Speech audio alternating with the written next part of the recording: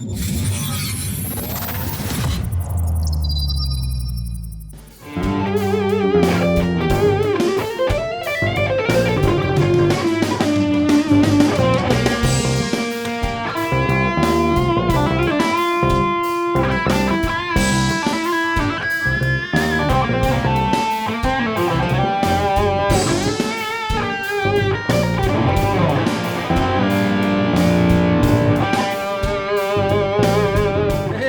you doing? David Taub here, co-creator of NextLevelGuitar.com. Hope all is going well, and I hope your guitar journeys are going famously. And today I have a little lesson on lead guitar playing and improvisation. In the intro, you heard me play over a jam track, and that was in the key of G minor. And the chords in that jam track was just a G minor 9 to like a C9.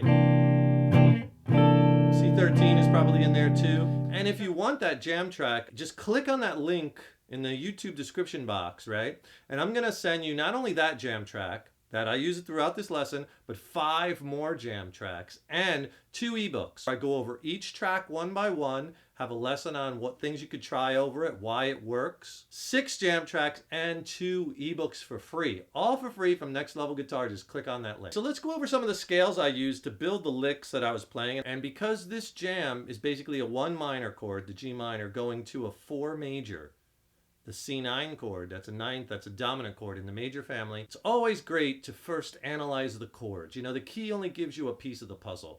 Know the chords you're playing over, and that gives you the more complete roadmap to the soloing and improvisation, right? So we know immediately, since we're in minor key, we could use minor, pentatonic, and blues over all the chords, or both chords. Let's start with that, and you probably know your basic Bach shape.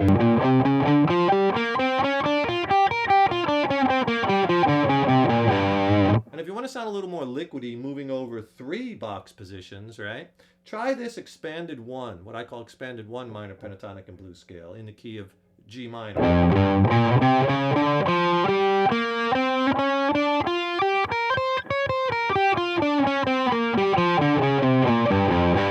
So there we're starting already to move around on the neck a little bit more, take us out of the box.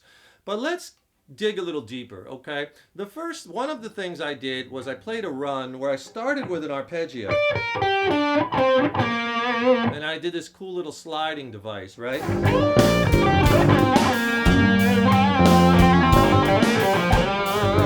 So what I did was I descended the arpeggio. And then I slid it into the minor pentatonic, you know, Bach shape. So this arpeggio, okay, so if you think of it like a G minor triad, we get to that D note, which is the 5th, right?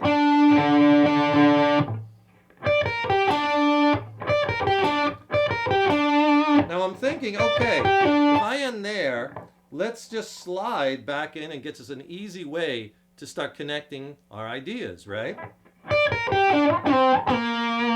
But what I did was I just grabbed a kind of note, any note up here on the neck, and just slide into this minor pentatonic kind of position. So you get this. You could even slide into that D note, that first note of the arpeggio. So, easy way to take this arpeggio. Here's the complete arpeggio. And add that into your pentatonic. So now we're here, so we might as well do a little pentatonic lick, and I did this one. Okay, so what I'm doing there is I do a little device where I do a quick bend to the blue note on the G string on the 5th fret, and then release it. I call it a jerked up chain kind of bend. And then when I bring it down, pull off to the 3rd fret. So the lick so far. And then hammer back to that 5th fret, slide to 6, slide back to 5. Slow. And then, here's also a neat little device. Remember, we're in the key of G minor, and what do we have here? Open G string. So you could take notes in the scale and pull off to the open string, and it always works great in the key of G. It's a cool little device. So I did something like...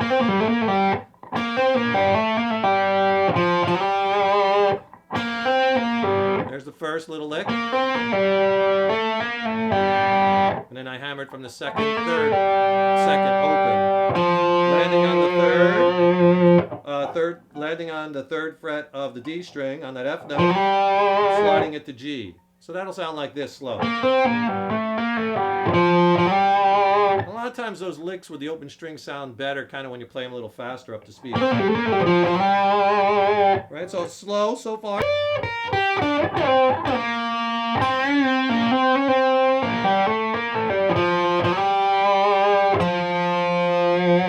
And notice I'm taking my time with these licks, right? You want to leave lots of space. So already we got arpeggio, scale device, minor pentatonic, open strings. We're really focusing on those root notes too.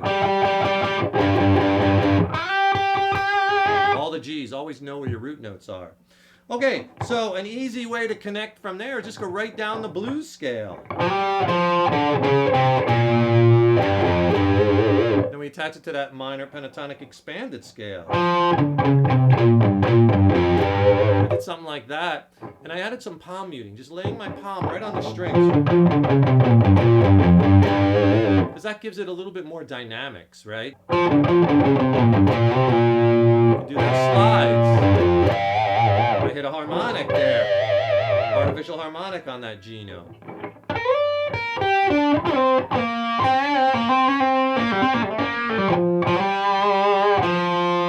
Let the notes breathe.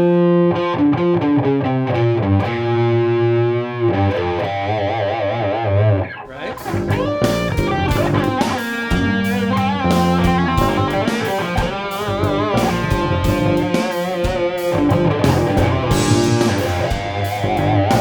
Now you can see how we're kind of connecting arpeggio, sliding into the scale, so we're right kind of back with our home bass minor pentatonic, doing a little device, going outside, 'cause that's in that Dorian. Another thing you could do with this, because that we're going from a 1 minor to a 4 major in minor key, Dorian works great, G Dorian. So I used a lot of Dorian when I was soloing too, which is the same as F major scales, but focusing on the G notes. So you can grab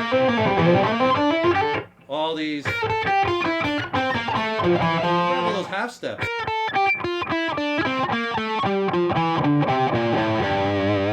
That's a really nice shape for G Dorian.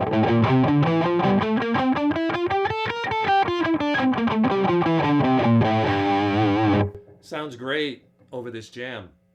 So now we're incorporating arpeggio, sliding into minor pentatonic box, open string device, Dorian, sliding back into minor pentatonic using that expanded scale. You see how we're kind of connecting all this. There's all kinds of different ways you can kind of twist those licks and do different things with them. But the main thing is I want to get you out of the box, get you out of just staying in one area of the guitar. Thanks so much for joining us today. Really appreciate your support over the years. And be sure to subscribe to our channel here at Rock On Good People. And leave a comment below. You know, that really helps us. Take care.